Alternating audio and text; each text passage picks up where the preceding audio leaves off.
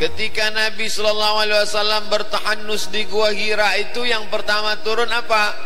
Iqra bismi rabbikal ladzi khalaqa khalaqal insana min 'alaqin iqra wa rabbukal akram alladzi 'allama bil qalami 'allamal insana ma lam ya'lam. Lalu dia pun turun menggigil kedinginan. Setelah itu dia berselimut. Datanglah Khadijah menyelimuti beliau. Lalu kemudian turun Jibril berkata, ya ayyuhal muddatsir, hai orang yang berselimut, qum, bangun, bangkit, fa'anzir, berilah peringatan. Lalu kemudian yang mau diberi peringatan ini siapa? Turunlah ayat, wa anzir ashiratakal aqrabin, berikanlah peringatan kepada keluargamu yang dekat-dekat, paman-pamanmu, bibi-bibimu, makcik-makcikmu, sepupumu, beri mereka peringatan. Dikumpulkannya lah semua di bawah bukit Safa. Mudah-mudahan kita bisa umroh naik ke bukit Safa. Wahai penduduk Makkah, ya, seandainya ku katakan di belakang bukit yang besar ini, kalau kita tegak di atas bukit Safa menghadap ke Ka'bah, di belakang kita itu ada bukit besar tinggi namanya Jabal Abi Qubais. Yang betul Jabal Abi Qubais. Ada juga yang nulis, saya tengok Jabal Abi Kubis kan. Kubis itu sayur. Kalau aku katakan di belakang bukit yang besar ini ada pasukan yang akan menyerang kita, apakah kalian percaya? Seluruh penduduk Makkah mengatakan shadaqnaka, kami percaya kepada engkau. Kalau ku katakan bahwa ada musuh kita yang akan menyerang kota Makkah ini, kalian percaya? Mereka semuanya menjawab shadaqnaka, kami percaya. Kalau ku katakan aku sudah mendapat wahyu Jibril datang membawa Al-Quran, apakah kalian percaya? Saat itulah Abu Lahab berkata, tabban laka ya Muhammad, celakalah engkau, alihadza jama'tana, apakah untuk ini kau kumpulkan kami? Ketika itu Allah pun menurunkan ayat untuk membantah ucapan Abu Lahab itu, tabbat yada abi lahabi wa tab ma aghna anhu malu wa ma kasab sayasla naran dhata lahab wa imra'atuhu hammalatal hatab fi jidha hablum min masad. Sekarang kita urut dari awal. Tadi Ustaz Somad cerita yang pertama turun apa? Iqra. Habis itu apa? Ya ayyuhal muddatsir. Habis itu apa? Wa anzir ashiratakal aqrabin. Habis itu apa? Tabbat yada abi lahab. Dibawanya Quran. Tadi kata Ustaz pertama turun apa? Iqra. Bukanya Quran. Kok pertama di sini Al-Fatihah? Iqra malah di juz 31. Iqra kok di juz 30 Pak Ustaz? Sebetulnya Quran yang mana yang turun itu? Kenapa beda Quran Palembang dengan Quran Nabi? Memunculkan kekacauan. Maka dibantahlah oleh Sayyidina Abdullah ibnu Abbas. Sayyidina Abdullah ibnu Abbas orang yang paling paham tentang Al-Quran. Karena Nabi mendoakan dia, Allahumma faqihhu fid din, dalamkan ilmu agamanya, wa'allimhu ta'wil, ajarkan dia ta'wil, pemahaman Al-Quran yang benar. Maka Abdullah bin Abbas digelar dengan turjumanil Quran, orang yang paling mengerti menerjemahkan makna maksud daripada Al-Quran. Bukan terjemah seperti kita terjemah kata, maksudnya adalah interpretasi penafsiran Al-Quran. Makanya kalau ada orang minta, Ustaz doakan anak saya Ustaz, Allahumma faqihhu fid din wa'allimhu ta'wil, itu doa Nabi untuk Abdullah bin Abbas. Mudah-mudahan anak kita paham macam Abdullah bin Abbas memahami Quran. Kata Abdullah bin Abbas, Al-Quran itu turunnya 2 kali. Turun dari Lauhil Mahfuz. Al-Quran di mana? Fi Lauhim Mahfuz. Di Lauhil Mahfuz susunannya seperti ini. Di Lauhil Mahfuz susunannya macam ini. Al-Fatihah, Al-Baqarah, Ali Imran, An-Nisa, Al-Maidah sampai An-Nas. Begini susunannya. Turun dari Lauhil Mahfuz ke Baitul Izzah, stasiun transmisi. Gimana menjelaskan stasiun transmisi? Televisinya di Jakarta, TV-nya di rumah kita. Itu tidak langsung dari Jakarta ke rumah kita. Ada tiang, namanya tiang transmisi yang mentransfer.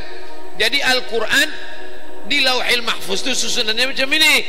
Turun dari Lauhil Mahfuz ke stasiun transmisi namanya Baitul Izzah.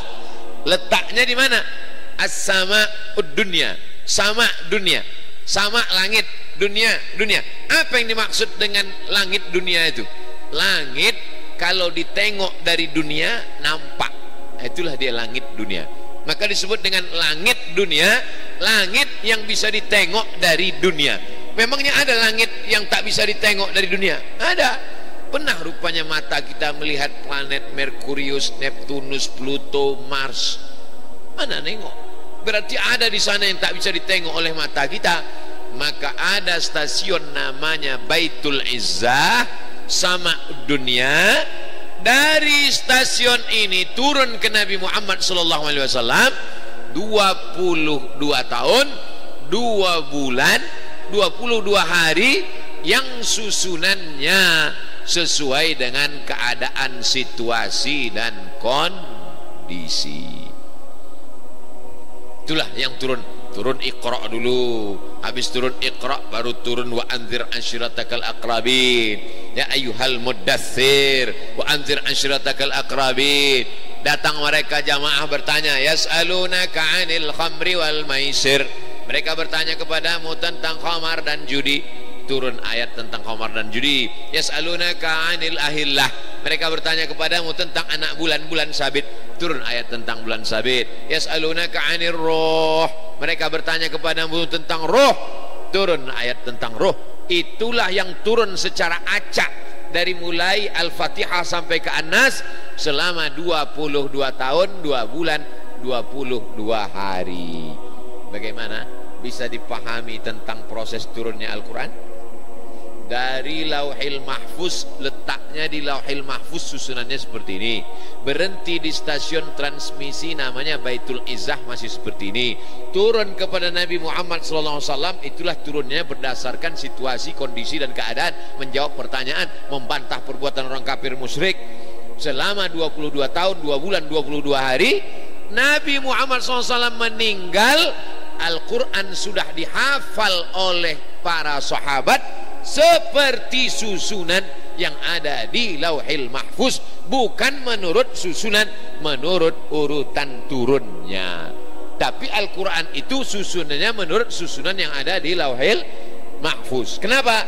Karena Nabi menghafalkan Al-Quran itu kepada sahabat, sahabat menghafalkannya kepada tabi'in, tabi'in menghafalkannya kepada tabi'in, sampailah kepada guru-guru kita. Akhirnya Quran yang kita terima sekarang itulah dia Al-Fatihah, Al-Baqarah, Ali Imran, An-Nisa, Al-Maidah, sampailah kepada An-Nas. Bisa difahami? Sudah 2 ulang. Bisa tak juga faham, berarti terlalu banyak kapal selam yang masuk tadi. Nah, ini pelajaran pertama.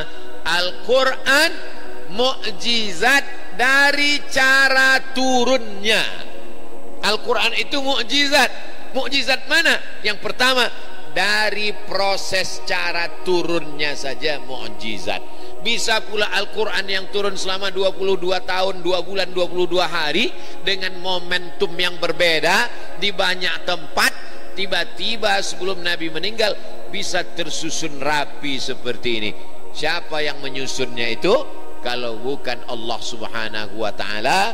Dibacakan Jibril kepada Nabi Muhammad, Nabi Muhammad membacakan kepada sahabat, sahabat membacakan kepada tabi'in, tabi'in membacakan ke tabi'in, sampailah ke guru mengaji kita, sampailah kepada para penghafal Quran yang ada di kota Palembang, Sumatera Selatan, Sumatera, Republik Indonesia, dunia, sampai hari kiamat.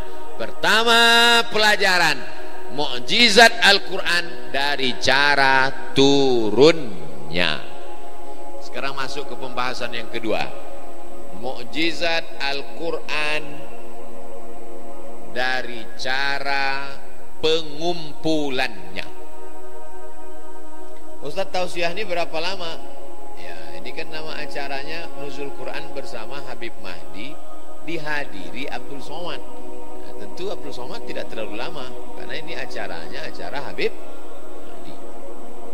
Habib Mahdi tak ada minta saya tausiah. Cuma Habib Mahdi tadi nanya, setuju enggak Ustaz Abdul Somad ngasih beberapa kata sambutan? Setuju kata jamaah. Inilah maka saya bicara. Nabi Muhammad SAW itu tidak bisa membaca. Yang mengatakan demikian bukan pakar, tapi Allah Ta'ala. Huwallazi ba'asa fil ummina rasula. Dia yang mengirim kepada orang yang buta huruf itu seorang rasul. Minhum. Rasulan minhum. Dia juga buta huruf, tak bisa menulis dan membaca. Jadi nanti kalau ada orang membantah Nabi Muhammad itu bisa menulis dan membaca, berarti orang ini membantah Al-Quran. Walladzi ba'atsa fil ummina rasulan minhum. Dia juga sama macam masyarakat itu, tak bisa menulis dan membaca. Jadi kalau memang Nabi tak bisa menulis dan membaca, mengapa turun ayat membaca? Apa yang mau dibaca? Membaca itu tidak selamanya membaca begini. Membaca bacaan syahadat kan membaca. Bukan itu selamanya. Misalnya saya mau suruh orang sini nak sebentar ya, coba baca Al-Fatihah. Bismillahirrahmanirrahim. Alhamdulillahi rabbil alamin. Ar-Rahmanirrahim. Anak ini tak ada menengok Quran. Maka yang dimaksud dengan membaca di situ adalah qiraah, mengucapkan di mulut. Mulut bergerak membaca tanpa melihat teks, namanya qiraah. Maka disebut dengan iqra.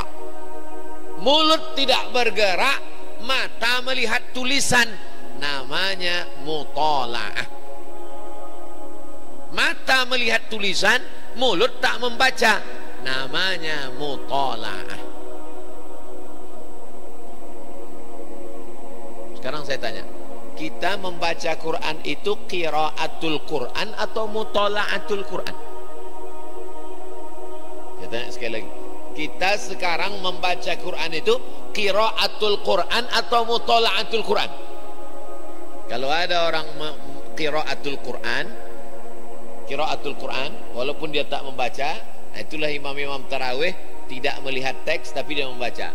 Bismillahirrahmanirrahim. Ya ayyuhalladzina amanu kutiba alaikumus siyamu kama kutiba alal ladzina min qablikum la'allakum tattaqun. Tapi kalau ada orang baca Quran,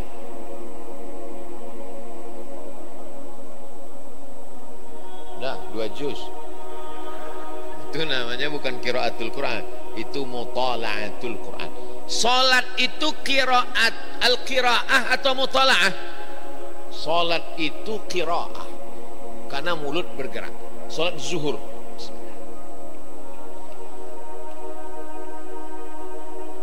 mulut bergerak. Siapa sahabat yang meriwayatkannya? Khabbab ibnul Arth. Khabbab tak jumpa dengan Nabi. Khabbab berjumpa dengan Nabi, menengok Nabi, salat dengan Nabi, salat di Masjid Nabawi, ditengoknya Nabi salat. Sedangkan tabi'in tak jumpa dengan Nabi. Tabi'in bertanya kepada Khabbab, ya Khabbab, ya, kau pernah solat sama Nabi? Pernah, kata Khabbab. Nabi itu kalau solat mulutnya bergerak apa tidak bergerak? Kata Khabbab, Nabi itu kalau solat mulutnya bergerak. Dari mana kau tahu? Bittirabil hiyati, ku tengok jenggotnya bergerak.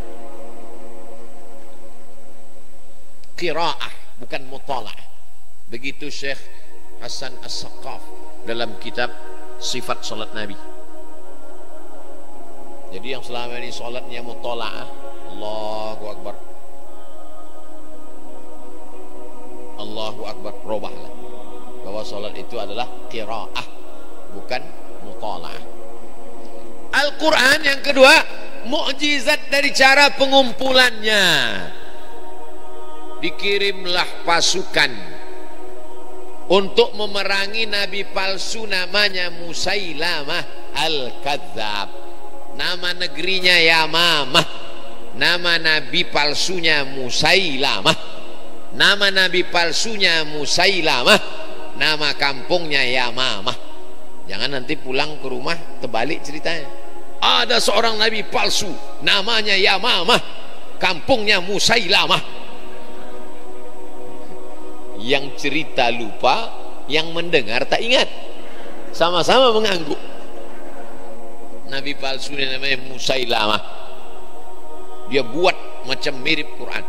Wal fil wa ma adraka mal fil lahu dhailun tawil, mirip dengan Quran. Wal fil, demi gajah. Wa ma adraka mal fil, tahukah kamu apa gajah itu? Lahu dhailun tawil, ekornya panjang. Apa? Tak ada maknanya. Untuk menandingi surat Alam Tara Kaifa Fa'ala Rabbuka bi ashabil fil. Maka datanglah Umar, Abu Bakar Siddiq mengirim pasukan untuk memerangi Musailamah Al-Kadzab murtad. Itu beda zaman Abu Bakar dengan sekarang. Zaman dulu nabi palsu itu perangi, pancung kepalanya, halal darahnya, karena dia sudah merusak Islam. Zaman sekarang kalau ada nabi palsu, disediakan pengacara gratis, mengundang laknat Allah SWT. Alhamdulillah beberapa waktu yang lalu sudah mati satu, dicabut malaikat maut nyawanya, dan sekarang sudah berada di neraka jahanam. Kira-kira apalah kata malaikat maut menengok orang yang ngaku nabi palsu waktu mau cabut nyawa? Kau nabi katanya. Katanya, selama ini tak ku cabut nyawa kau, karena Allah mengatakan lan tamuta nafsun qabla an tastakmila rizqaha wa ajalaha. Tak ada orang mati sebelum ajalnya sampai, sebelum rezekinya penuh, walaupun nabi palsu. Sudah ditetapkan Allah Ta'ala umur dia 60 tahun, makan dia, minum dia, tidur dia, rumah dia, harta dia, maka setelah penuh baru mati. Likulli ummatin ajal, setiap orang sudah ada ajal, limit batas waktunya.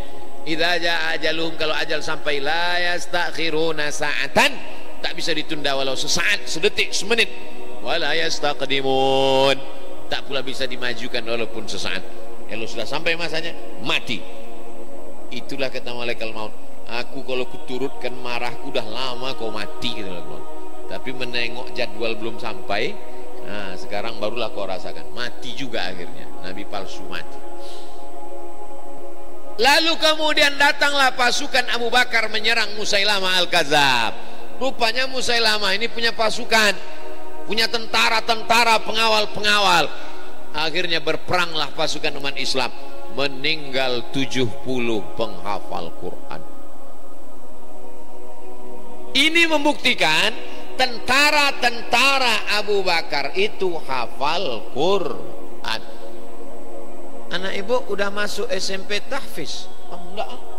Kenapa? Saya tak mau anak saya SMP tahfiz, nanti masa depannya suram. Ini tak baca sejarah. Jadi kalau anak kita sekarang SMP tahfiz, nanti dia masuk angkatan darat, angkatan laut, angkatan udara, polisi, dia akan menjadi tentara penghafal Quran. Dia akan membela agama Allah. Kalau dilecehkan agama Allah, tak ragu dia membela agama Allah. Itulah maka anak-anak kita ini masukkan ke sekolah tahfiz Quran. Dia akan jadi dokter spesialis, dia akan jadi polisi, dia akan jadi kepala dinas, kepala badan, kepala kantor, dia akan menjadi angkatan laut yang masuk ke dalam membawa kapal selam sekaligus menelan kapal selam, karena dia orang Palembang.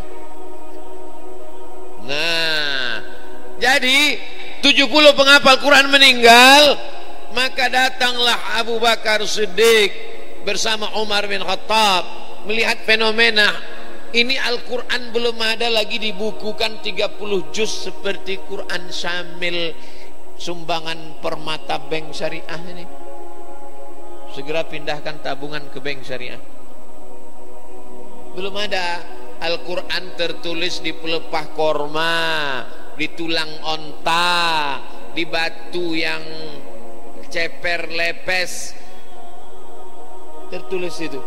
Maka lalu kemudian Umar ibn al-Khattab mengatakan, Abu Bakar, aku khawatir kalau 70 penghafal Quran hilang, nanti Qurannya akan hilang. Gimana ini Abu Bakar? Kata Abu Bakar, aku tidak berani membukukan Quran. Kenapa? Karena Nabi tak pernah menyuruh, Nabi tak ada membuat. Kalau tak disuruh dan tak dibuat Nabi, bid'ah.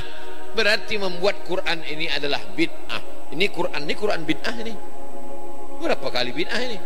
Membukukan Quran, membuat ukir-ukirannya, menulis lagi bank syariah. Ini Quran bid'ah, kok bisa masuk ke masjid? Itulah hebatnya Imam Syafi'i.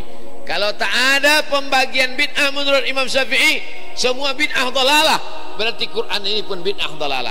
Tapi begitu Imam Syafi'i membagi bid'ah berdasarkan salat tarawih bid'ah, apa kata Umar? Ni'matil bid'atu hadhihi, sebaik-baik bid'ah adalah ini.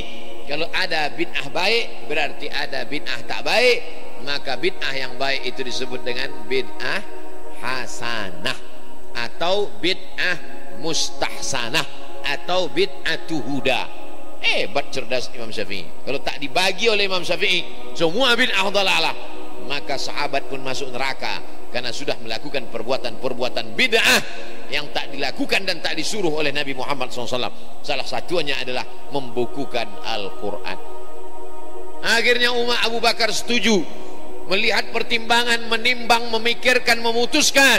Karena para penghafal sudah banyak meninggal dunia, maka Al-Quran kalau gitu kita bukukan. Datanglah Abu Bakar dan Umar menuju seorang bernama Ubay bin Ka'ab. Ubay, ya, kau anak muda yang hafalan Quranmu banyak, kau anak muda yang cerdas, kami ingin mengangkat kau jadi panitia yang mengumpulkan tulisan Al-Quran. Kata Ubay bin Ka'ab, aku tak mau. Kenapa? Aku takut melakukan perbuatan bid'ah karena tak pernah dibuat dan tak pernah disuruh. Akhirnya Abu Bakar dan Umar meyakinkan Ubay, kalau tak kau susun ini, penghafal Quran sudah meninggal. Zaman generasi setelah ini banyak tak hafal Quran, Quran akan hilang. Dilembutkan Allah Ta'ala hati Ubay bin Ka'ab. Akhirnya dia angkat sekretarisnya, namanya Zaid bin Thabit. Ubay bin Ka'ab, Zaid bin Thabit. Disusunlah yang ada di pelepah korma, di tulang onta, di batu-batu. Akhirnya ditulislah satu tulisan. Tulisan itu namanya mushaf. Maka ini namanya mushaf Al-Quran.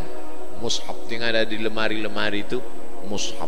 Yang di dalam kotak kaca itu Pak Ustadz, itu kotak infak, bukan kotak Quran. Mushaf Al-Quran. Tapi bukan berarti Ubay bin Ka'ab menyusunnya, karena Quran sudah ada lebih dulu hafalan, baru tulisan.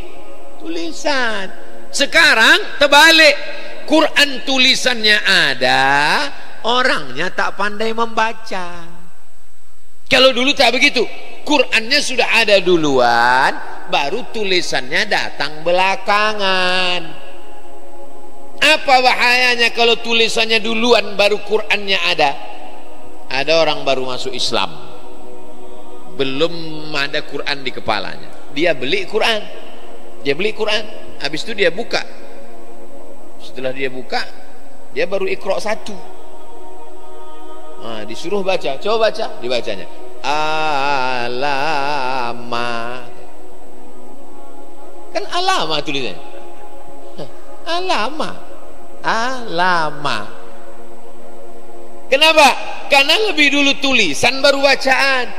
Kalau Nabi dengan sahabat bukan begitu, lebih dulu bacaannya ada, baru tulisan. Maka kalau lebih dulu tulisan, kacau membaca alama. Tapi kalau dulu bacaan, dia udah tahu cara bacanya. Alif lam mim.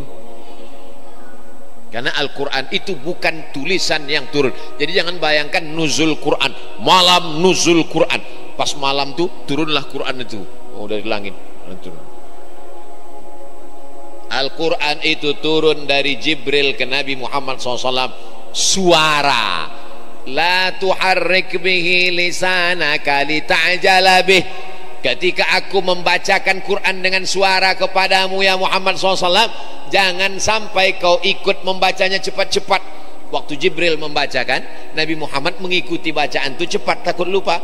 Inna alaina jam'ahu wa qur'anah, kami yang mengumpulkannya, kami yang membacakannya. Summa inna alaina bayanah, kami yang akan menjelaskannya. Al-Quran mukjizat cara pengumpulannya. Akhirnya dikumpulkanlah dari yang ada ditulis. Kenapa tidak di kertas Pak Ustadz? Karena yang punya kertas waktu itu baru peradaban tua Mesir. Ada pohon yang tumbuh di tepi sungai Nil, namanya pohon bardi. Dipotong, disusun melintang, disusun membujur, melintang, membujur, melintang, membujur, dipres pakai tanah liat, dijemur. Itulah kertas tertua di dunia, namanya kertas papirus. Kalau nanti pergi ke Mesir, panjang umur sehat badan, pergi umroh balik mampir ke Mesir, cari kertas papirus, kertas tua, dijual sampai sekarang masih ada untuk souvenir bagi orang yang datang ke Mesir. Peradaban tua di Mesir, orang Makkah tak ada kertas, di Makkah menulisnya di pelepah korma, di tulang onta, di batu. Akhirnya ditulis, itulah jadi mushaf Al-Quran. Tapi belum ada titiknya, belum ada komanya, belum ada tanda bacanya. Quran waktu itu hanya sebagai sekunder, primernya bacaannya hafalan. Lebih dulu hafal baru tengok tulisan, sedangkan kita sekarang lebih dulu tengok tulisan baru hafal. Itulah beda orang dulu dengan orang sekarang. Pertama, mukjizat cara turunnya. Kedua, mukjizat cara pengumpulannya. Ketiga, mukjizat isinya. Isinya mukjizat. Di dalam Al-Quran ini diceritakan bahwa manusia itu diciptakan dari nutfah. Dari nutfah berubah menjadi alaqah, dari alaqah berubah menjadi mudghah. Nutfah cairan, alaqah darah yang menempel di dinding rahim, mudghah segumpal daging. Setelah itu summa ansha'nahu khalqan akhar fakasawna al-'idhama lahma, tulang, air, darah, daging, tulang, tulang dibalut dengan daging. Summa ansha'nahu khalqan akhar, lalu kami ciptakan makhluk yang baru. Makhluk baru itu maksudnya apa? Tulang, darah, daging, air, darah, daging, tulang, sekarang disatukan menjadi makhluk yang baru dengan bentuk yang baru. Khalqan akhar, fatabarakallahu ahsanul khaliqin. Maha suci Allah, sebaik-baik pencipta makhluk. Ini baru ditemukan 200 tahun belakangan, abad 18, abad 19, abad 20, bahwa manusia diciptakan dari air berubah menjadi darah, darah menempel di dinding rahim menjadi daging, daging menjadi tulang, tulang menjadi makhluk yang sempurna. Baru belakangan. Kalau tak percaya tanya sama SPOG yang ada di Palembang. SPOG, spesialis objin. Spesialis objin itu spesialis kandungan, bukan spesialis tuyul. Jin, spesialis objin, spesialis mengurus masalah kandungan. Nanti besok tanya, Pak spesialis objin, dari mana kalian tahu bahwa manusia itu dari darah, dari air jadi darah, jadi tulang, jadi daging? Dari mana kamu tahu? Kami belajar di Fakultas Kedokteran. Tapi Sayyidina wa Maulana Muhammad sallallahu alaihi wasallam yang tidak pernah terdaftar di Fakultas Kedokteran Universitas Indonesia, Universitas Islam Indonesia, Universitas Gajah Mada, Universitas manapun, Universitas Sriwijaya, bisa dia tahu itu. Kita yang beriman mudah saja. Apa jawabannya? Wa ma yantiqu 'anil hawa. Dia bicara bukan mengikut hawa nafsunya. In huwa illa wahyun yuha. Wahyu dari Allah Subhanahu wa taala. Siapa yang mengajarkan dia? 'Allamahu syadidul quwa. Diajarkan oleh yang kuat. Kuat itu maksudnya Jibril alaihissalam. Kuat tenaganya, kuat fisiknya, kuat jiwanya. Dibawanya wahyu itu kepada Nabi Muhammad sallallahu alaihi wasallam. Mukjizat yang pertama, mukjizat cara turunnya. Mukjizat yang kedua, mukjizat cara pengumpulannya. mukjizat yang ketiga, mukjizat isi kandungannya. Di antara mukjizat itu artinya apa Pak Ustaz? Melemahkan. Ajiza, lemah.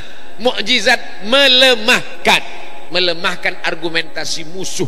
Kalau udah datang mukjizat, tumbang musuh.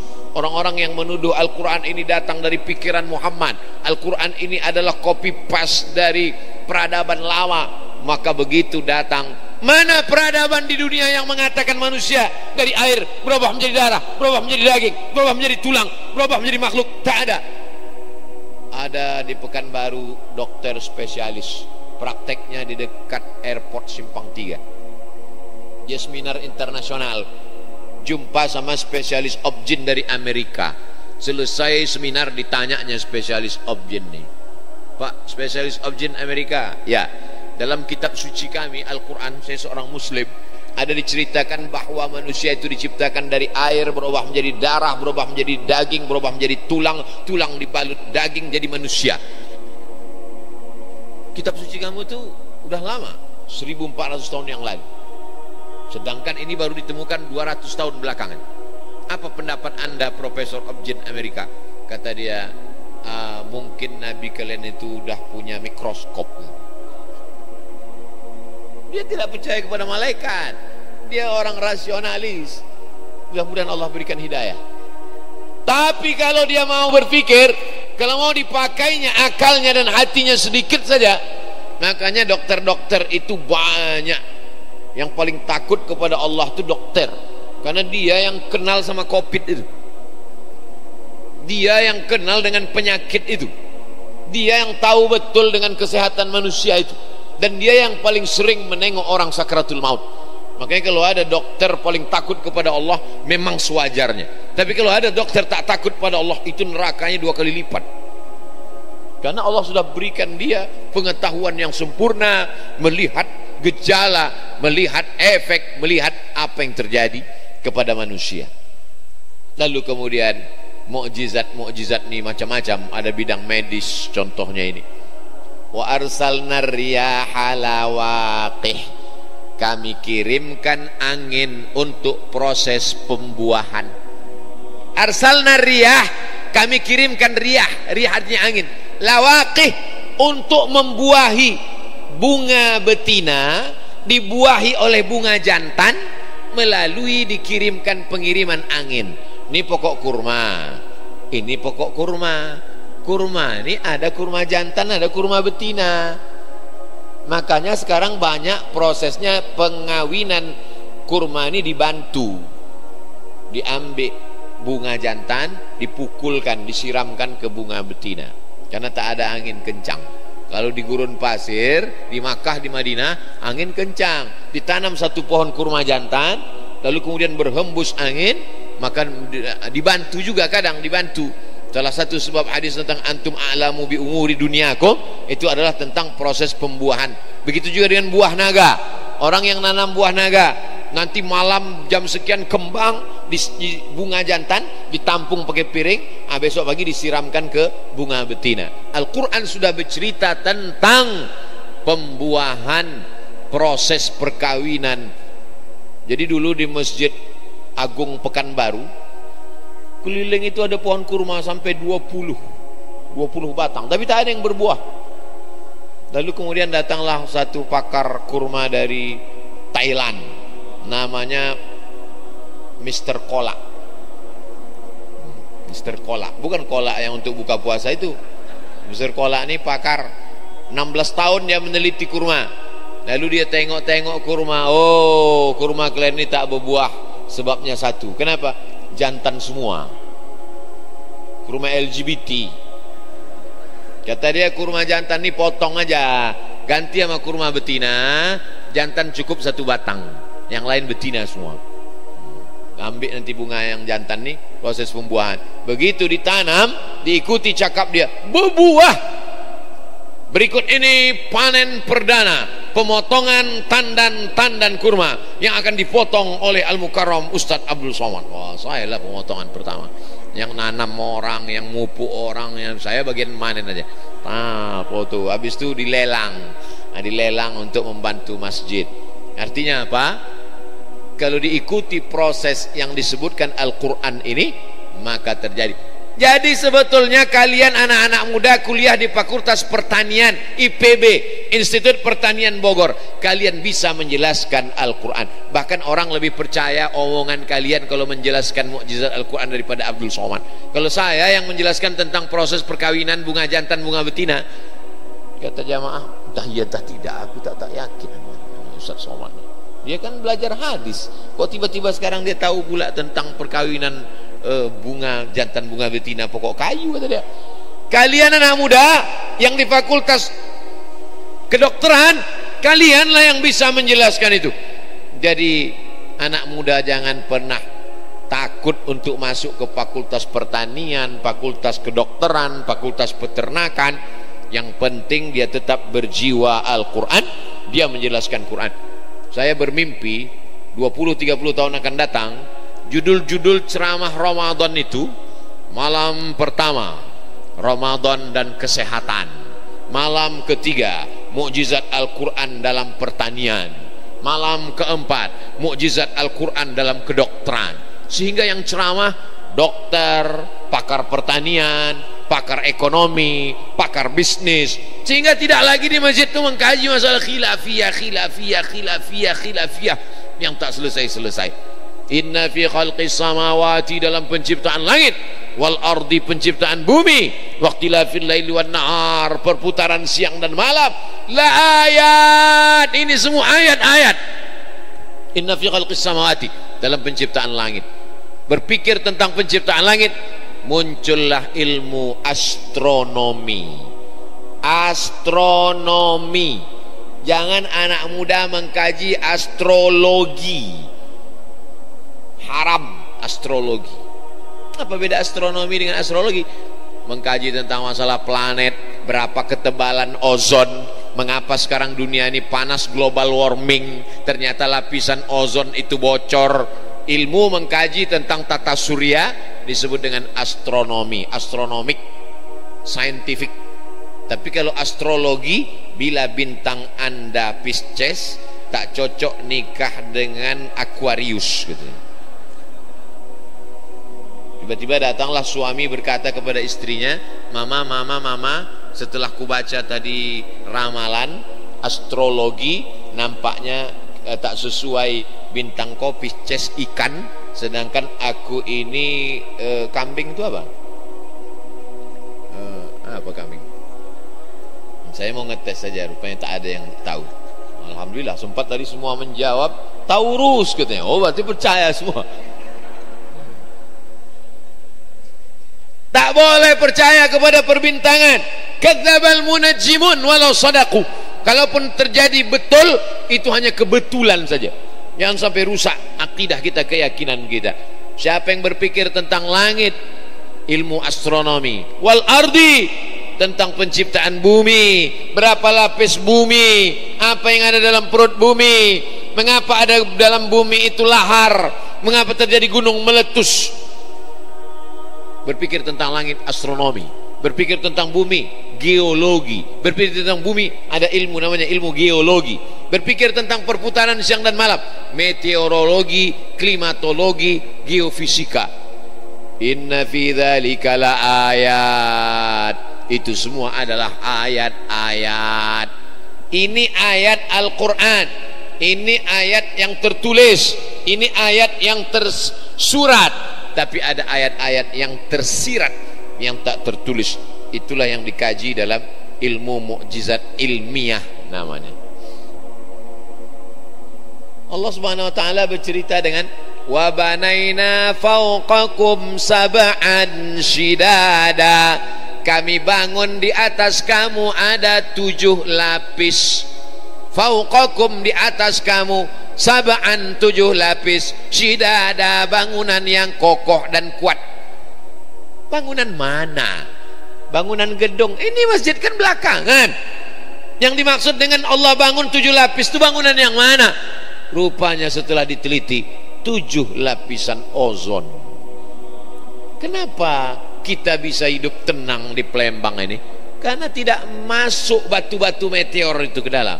Kalau sampai ada batu meteor yang lolos ke Palembang ini sebesar bola kasti, langsung jadi Danau Toba di sini. Habis mati kita. Semua meteor yang ada di sana, seliweran meteor itu batu-batu besar. Begitu dia kena lapisan ozon, macam es batu dalam kuali. Kuali panas kan? Masukkan es batu, meleleh, mencair, habis. Jadi tengok orang komet bintang berekor, nampak bintang berekor, berdoa pula. Apalah ini keyakinan menyembah bintang-bintang makhluk sobiun. Maka bintang komet berekor itu meleleh dia, meleleh, habis tak sampai. Ada beberapa batu yang sampai jatuh. Ada orang di Indonesia di mana jatuh di belakang rumahnya, batu dibawa dijual sama orang Amerika, rupanya batu dari planet. Tahiyan tak tidak, wallahu alam shawab. Maka diisukan bahwa dunia akan kiamat pada tahun 2000 sekian, karena ada sudah meteor besar yang akan sampai ke bumi. Lalu kemudian Badan Antariksa Amerika NASA mengalihkan rute perjalanannya. Oh, bisa pula kata dia dialihkan. Nah, Amerika mau menunjukkan hebat. Ini bumi ya, ini bumi. Lalu ada batu meteor besar yang akan menabrak, lalu mereka alihkan. Oh, dipasangnya lah alat di sana oleh Amerika, pasang, dikasih tahu sama meteor itu, mohon maaf meteor, ini larangan mudik gitu ya. Akhirnya membeloklah meteor tadi, tak jadi tak datang ke bumi. Apa ini? Macam hebat kali Amerika itu. Begitu datang Covid, tumbang juga dia, hancur juga ekonominya kan. Nah, Allah Ta'ala ingin bercerita kepada kita tentang bagaimana kekuasaannya. Dia yang membangun 7 lapis itu.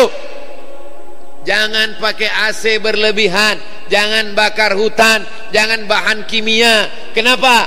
Karena lapisan ozon akan bocor. Kalau lapisan ozon bocor, masuk uap panas dari atas, dunia ini semakin panas. Kalau dunia ini panas, maka es yang ada di kutub utara meleleh. Kalau es meleleh, permukaan pantai naik. Kalau sudah naik, Jakarta banjir. Yang salah gubernur. Jadi efeknya dari sana. Jangan bangun rumah kaca, karena kalau bangun rumah kaca, cahaya mataharinya mantul. Kalau memantul, lapisan ozonnya menipis. Kalau menipis, maka dunia makin panas. Kalau dunia panas, namanya global warming. Warm, hangat. Warm water, air hangat. Give me warm water. Awak cakap apa? Awak tak faham warm water tak? Air suam kuku.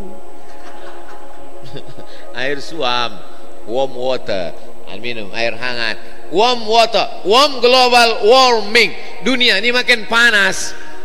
Menurut bapak-bapak yang udah agak-agak tua lah, umur-umur 50, 60, menurut bapak dunia ini macam ini aja dulu atau makin panas, Pak? Makin panas dunia. Itulah makanya baju orang sekarang makin pendek dan makin tipis. Karena dunia ini makin panas. Cobalah tanya mereka yang pakai baju-baju pendek, kok kenapa baju pendek? Makin panas dunia ini, Pak, gitu. Sejak global warming. Apalagi sejak dekat bapak baca-baca ayat kursi tadi, aku agak terasa panas. Berarti kau hantu, bilang. Berarti kau setan. Kepanasan kau dengar baca ayat kursi.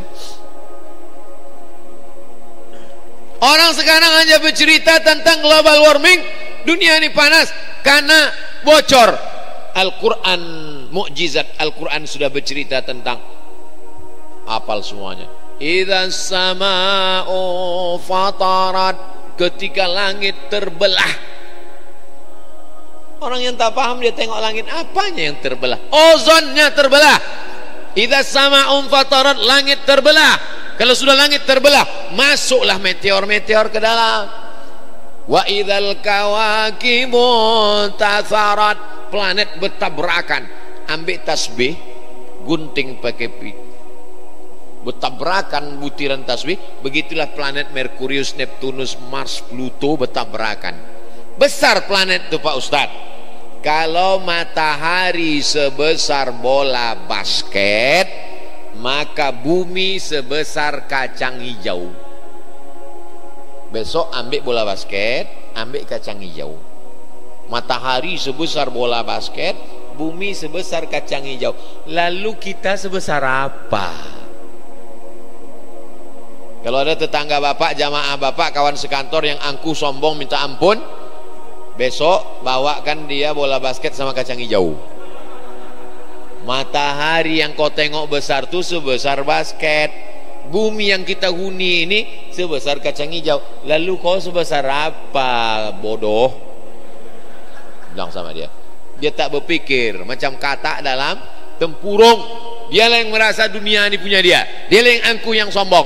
Padahal dia tak ada apa-apanya. Dia hanya butiran debu di antara samudra kekuasaan Allah Subhanahu wa taala. Wa idzal kawakibun tasarat, planet bertabrakan. Wa idzal qubur bu'asirat, semua yang dikubur dibangkitkan.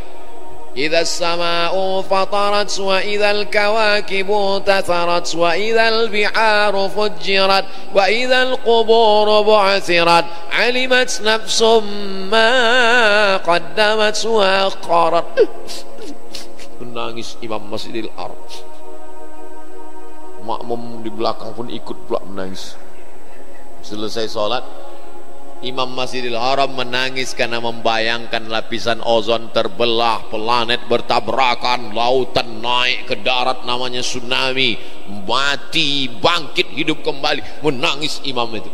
Jamaah di belakang tuh menangis, duit habis membeli ceret kuning. Itulah pentingnya kita memahami apa bacaan imam. Idzas sama'u fatarat wa idzal kawakibu tasarat wa idzal bi'aru fujjirat wa idzal qubur bu'asirat alimat nafsum ma qaddamat wa akharat. Ya ayyuhal insan, hai manusia yang angkuh dan sombong, ma gharraka bi rabbikal karim, apa yang membuat kau melupakan Allah? Afala yatadabbaruna al-Quran, mengapa mereka tidak memikirkan Al-Quran? Siapa yang bisa mengungkapkan tentang langit? Ilmu astronomi. Siapa yang bisa mengungkapkan mukjizat Al-Quran tentang perkawinan bunga jantan bunga betina? Anak fakultas pertanian. Siapa yang bisa mengungkapkan tentang manusia dari air, dari darah, dari daging, dari tulang? Anak fakultas kedokteran, spesialis SPOG. Jadi Islam ini nanti akan diterima oleh orang Barat, oleh orang Amerika, oleh orang Eropa, bukan dengan pedang. Islam ini nanti akan mereka terima bukan dengan bom. Mereka menerima Islam dengan ilmu. Siapa yang menjelaskan itu nanti?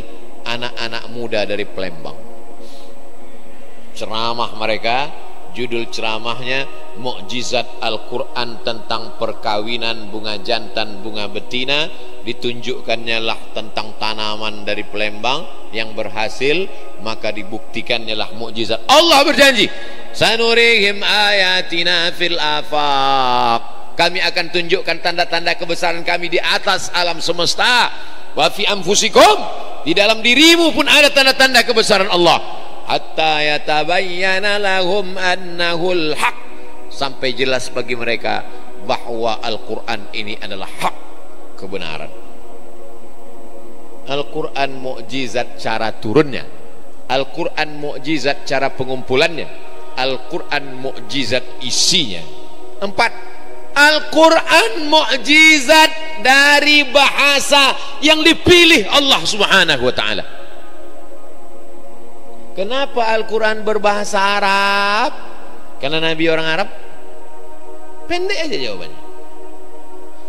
Kenapa Al-Quran berbahasa Arab? Kenapa Al-Quran tak bahasa Melayu?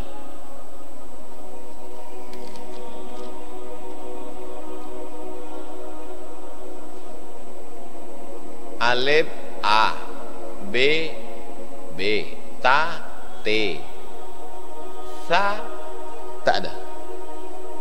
Begitu sampai Sa dibuatnya huruf S titik atas, menunjukkan tidak ada huruf Sa dalam abjad Inggris.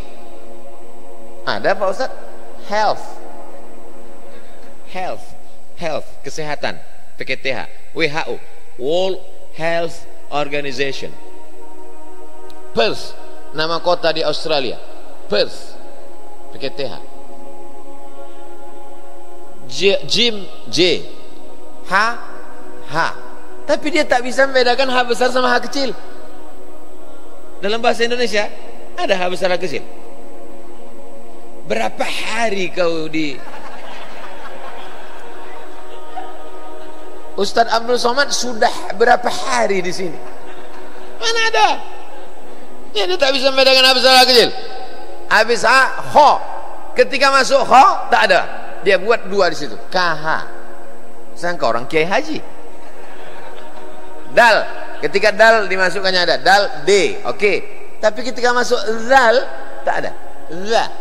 Dibuatnya di sini Z titik atas. Tidak ada huruf itu, maka dibuat huruf baru. Ra, R, Zai, Z, Sin, S. Begitu masuk Shin, mulai tambah dua, SY. SY. Gara-gara SY inilah orang banyak bertanya ke WA saya, Ustaz Somad, insya Allah itu SY apa SH? Kalau pakai transliterasi Indonesia, Shin itu SY, maka penulisannya insya Allah. Tapi kalau pakai transliterasi Inggris, Shin itu SH, maka insya Allah. Oh, bulan. Kau pakai SH apa SY? Aku pakai SH lah. Berarti kau keluar dari Indonesia. Kenapa Zakir naik pakai SH? Karena dia orang India. Orang India dijajah Inggris. Inggris pakai SH. Paham? Sod, S kata dia. S titik satu bawah. Sod, S titik satu bawah. Bot, D titik satu. Pedoman transliterasi Arab Latin. Saking kan tak adanya huruf itu dalam bahasa kita, dibuat transliterasi. Seandainya Al-Quran diturunkan Allah Subhanahu wa ta'ala pakai bahasa bukan selain Arab, betapa banyak huruf-huruf yang tak terwakili, yang tak bekerja tubuh kita. Ketika kita membaca alladzina idza asabathum musibah walanabluwannakum bisyai'im minal khawfi wal ju' wa naqsim minal amwali wal anfusi wath thamarat wa basyiris sabat wa naqsim minal anfusi wath thamarat wa basyiris sabirin. Orang yang tidak pernah baca Quran maka tidak pernah berfungsi makharijul huruf di badannya, sama seperti orang punya handphone canggih, ada MP4, ada MP3, ada cara buat video, tapi yang bisa dia cuman pencet merah menutup, pencet hijau menyambut. Tak berfungsi alat-alat yang diberikan Allah pada diri dia. Al-Quran mu'jizat.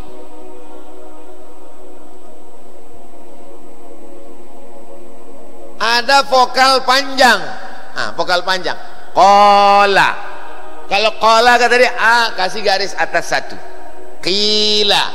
I kasih garis atas satu. Yaqulu. U kasih garis atas satu. Itu tak ada dalam bahasa lain. Bahasa Inggris pun tak ada. What are you doing? Tak ada. Itu hanya ada dalam bahasa Arab. Mator. Mator. Tapi beda kalau ada vokal. Motor, motor hujan, motor airport. Makan dengan makan sama. Beda lah Pak Ustadz. Kalau panjang itu udah lapar kali. Itu lain. Begitulah Allah Subhanahu wa ta'ala menurunkan. Jadi nanti kalau ada orang bertanya, kenapalah bahasa Arab yang dipilih Allah Subhanahu wa ta'ala? Bahasa inilah yang paling lengkap makharijul hurufnya. Cari dalam bahasa Perancis, bahasa Inggris, bahasa Itali, bahasa Spanyol, bahasa Jerman, bahasa Mandarin, huruf bod, huruf a, huruf po, huruf wo, huruf za, huruf tha. Kasih saya bahasa Indonesia yang pakai huruf tha. Saya suka sama situ. Tak ada huruf. Itu hurufnya. Sekarang perubahan katanya, makan. Makan cuan. Kalau menunjukkan sudah makan, sudah makan. Kalau belum makan, mau makan, sedang makan. Makannya tak berubah. Dalam bahasa Inggris berubah 4. Eat, eaten, eat it, eating. Eat, makan. Eating, sedang makan. He is eating. We are eating. You are eating. He is eating. I am eating. Sedang makan. Eated, eaten. Hanya 4. Tapi dalam bahasa Arab, akala, akala, akalu, akalan, akala, akal, akal, ta, akal, tuma, akal, tum, akal, ti, akal, tuma, akal, tuna, akal, tu, akal, na. Itu maka piringnya besar. Karena banyak perubahan katanya. Anehnya, saya sudah perhatikan beberapa bahasa kita di Nusantara. Mau bahasa Melayu, mau bahasa Jawa, mau bahasa Batak, tidak berubah katanya. Makan, makan, belum makan, akan makan, sudah makan, mau makan. Pindah ke bahasa Jawa, makan, urung mangan, Arab mangan, wis mangan, sedang mangan. Tidak berat terjadi perubahan. Tapi dalam bahasa Arab ada fi'il madhi, past tense, ada fi'il mudhari, present and future. Ada yang mau akan datang, sa. Ada yang akan datang masih lama, saufa.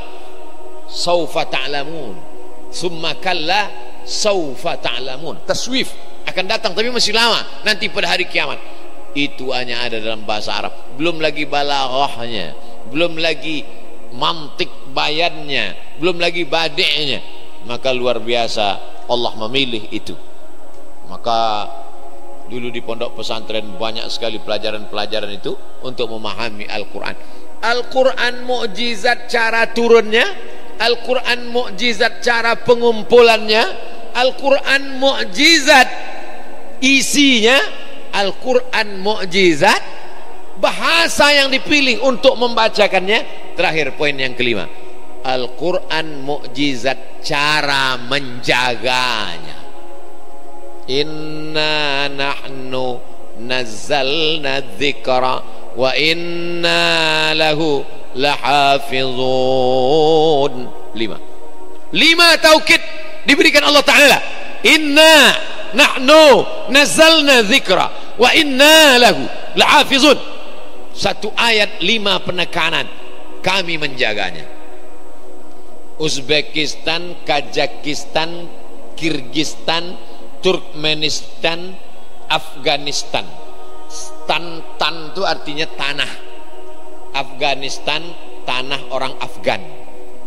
Pakistan, tanah orang Pakistan. Kurdistan, tanah orang Kurdi. Palembangistan, tanah orang Palembang. Jadi suku punya tanah, maka disebut dengan suku Kurdi punya tanah, Kurdistan. Semua negara tan ini dijajah oleh Rusia, dijajah oleh Uni Soviet. Negara Soviet bersatu, akhirnya tumbanglah Gorbachev. Gorbachev itu asli orang Rusia, bukan dari Jawa Barat. Karena ada juga yang bilang katanya aslinya Cecep Gorbachev. Gorbachev tumbang, digantikan Boris Yeltsin. Kemudian diteruskan sekarang oleh Vladimir Putin. Lalu kemudian negara-negara ini merdeka. Uzbekistan merdeka, Tajikistan merdeka. Termasuklah negeri yang pegulat kebanggaan kita itu siapa? Habib. Habib itu dari pokoknya tan juga itu. Imam Bukhari itu dari Uzbekistan. Apa hubungannya dengan mukjizat Al-Quran? Ketika mereka dikuasai Rusia komunis, itu komunis Uni Soviet mazhab yang dia pakai walaupun agama ortodok ada, tapi waktu itu dikuasai pemikiran Marxisme. Induk otak PKI itu dari Marxisme.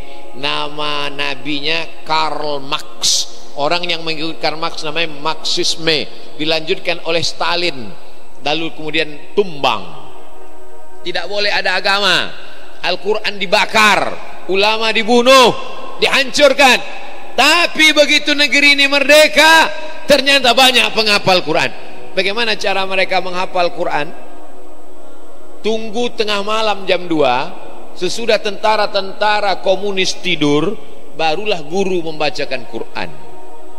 Digali rumah, ini rumah, diangkat karpetnya, digali pakai pasir, itu digali pasirnya, dibuang, ditutup pakai kayu, di dalam itulah mereka membaca Quran. Tidak pakai lampu. Gurunya hafal, gurunya baca, muridnya ngikut. Bismillahirrahmanirrahim. Bismillahirrahmanirrahim. Amma yatasaalun, amma yatasaalun, 'anil naba'il 'azim, 'anil naba'il 'azim. Diulang-ulang akhirnya anak tuh hafal Quran. Ketika tumbang Uni Soviet, keluar penghafal Quran dari lubang-lubang rumah ini. Maka diundanglah oleh pemerintah Saudi Arabia lembaga Mukjizat Al-Quran. Presentasilah salah seorang pakar Mukjizat Al-Quran tahun 1999 di Masjid Al-Hadiyul Islami Kairo. Saya hadir dan dia bercerita di situ. Penghafal Quran banyak di negeri bekas jajahan Uni Soviet. Allah mau menunjukkan, kalian tak mau baca Quran silakan, tapi aku ingin menjaga Quran ini di negeri yang dijajah Soviet komunis. Bisa pula lahir para penghafal Al-Quran. Berapa banyak saudara kita yang fisiknya kurang, matanya rabun, tak bisa menengok, tapi hatinya terang benderang, bisa menghafal Al-Quran. Mukjizat cara Allah menjaganya. Andai semua Quran di kota Palembang ini terbakar, termasuk Quran ini terbakar, apakah hilang Al-Quran? Tidak. Kenapa? Masih banyak orang Palembang yang hafal Quran di rumah-rumah tahfiz Al-Quran. Tapi kalau kitab suci yang lain terbakar, apakah masih bisa dipertahankan? Saya tak tahu. Jawablah sendiri. Nanti saya jawab, saya bisa dipolisikan. Tapi kalau omongan saya ini dianggap salah, bawalah satu orang yang hafal kitab suci dari awal sampai akhir.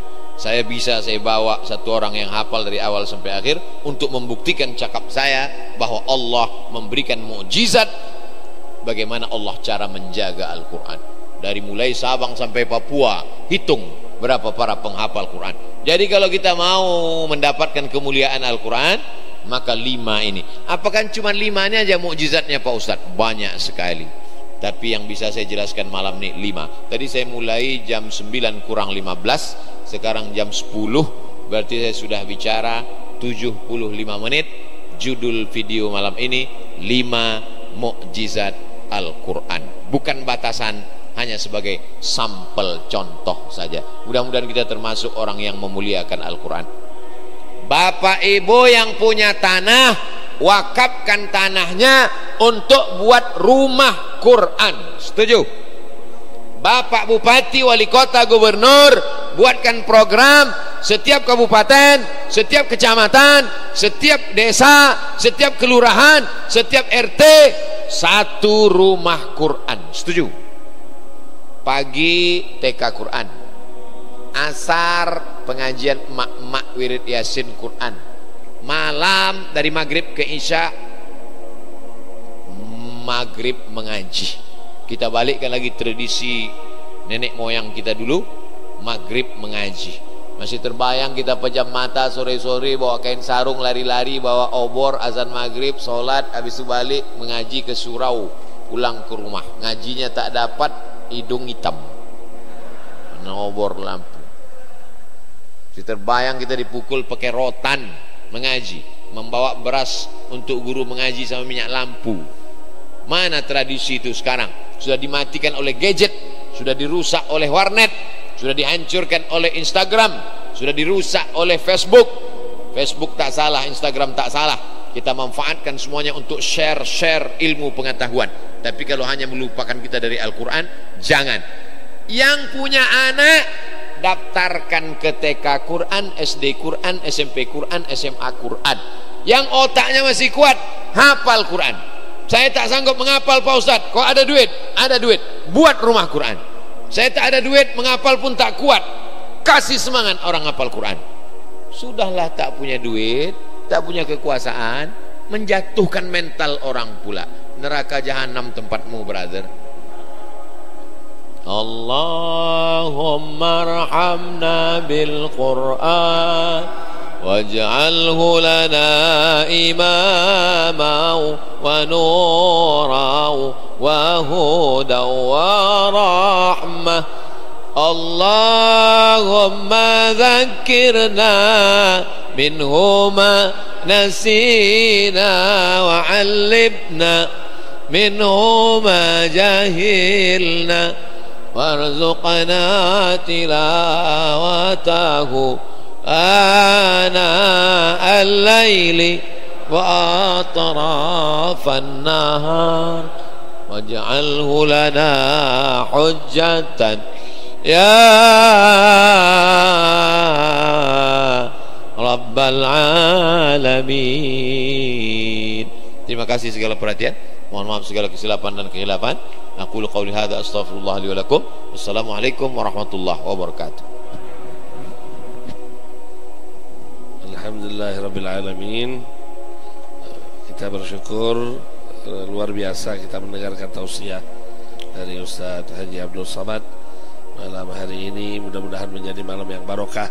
Mudah-mudahan doa tadi mengakhiri majelis yang mulia ini. Semoga kita menjadi pecinta Al-Quran, semua kita menjadi orang-orang yang hidup bersama Al-Quran, anak-anak kita menjadi penghafal Al-Quran, dan insyaAllah Quran akan menjadi salah satu yang memberikan syafaat bagi kita semua sebagaimana yang disampaikan oleh Nabi Muhammad SAW.